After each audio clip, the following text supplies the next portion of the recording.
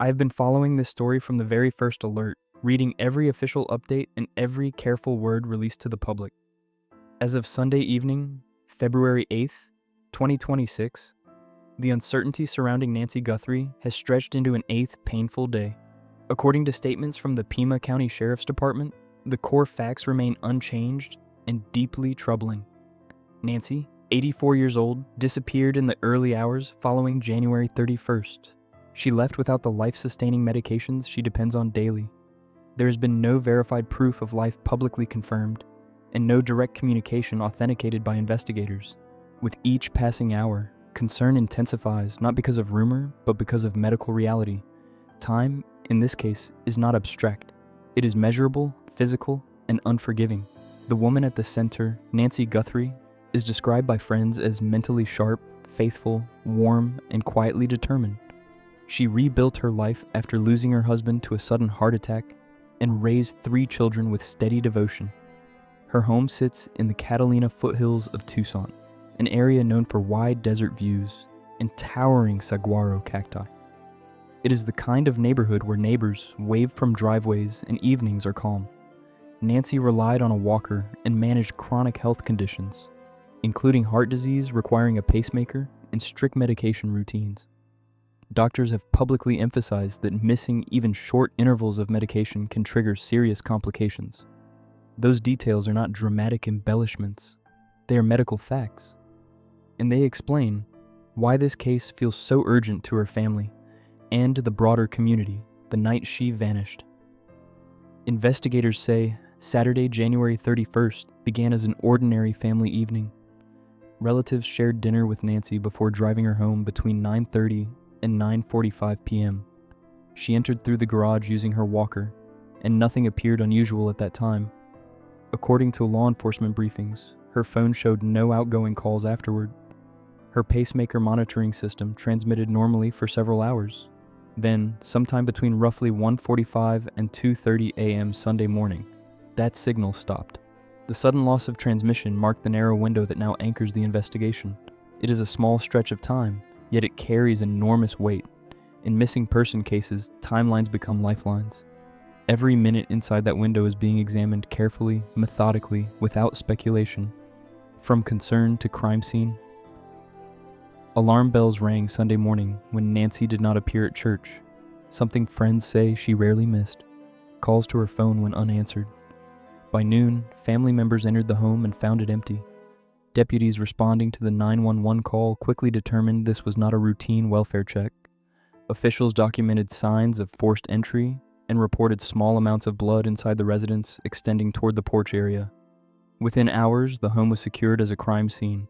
Chris Nanos of the Pima County Sheriff's Department stated publicly that investigators believed Nancy had been taken against her will. The seriousness of that statement, along with the involvement of the Federal Bureau of Investigation, signaled that authorities were treating the case as a likely abduction from the beginning. Search efforts across the desert. By Monday, February 2nd, large-scale search operations were underway across the Catalina foothills. Ground teams, K-9 units, helicopters and drones combed desert terrain. Officers canvassed neighborhoods, reviewed doorbell camera footage, analyzed traffic cameras, and checked license plate reader data. Volunteers joined organized search grids while law enforcement coordinated logistics. Despite extensive efforts, no confirmed suspect vehicle or clear escape route was publicly identified. Authorities emphasized that evidence inside the home strongly indicated Nancy had not left voluntarily. Meanwhile, medical professionals continued to warn that serious health decline could occur within 24 to 48 hours without consistent medication. The search became both geographic and medical in nature, a race against distance and against biology. Reports of ransom messages.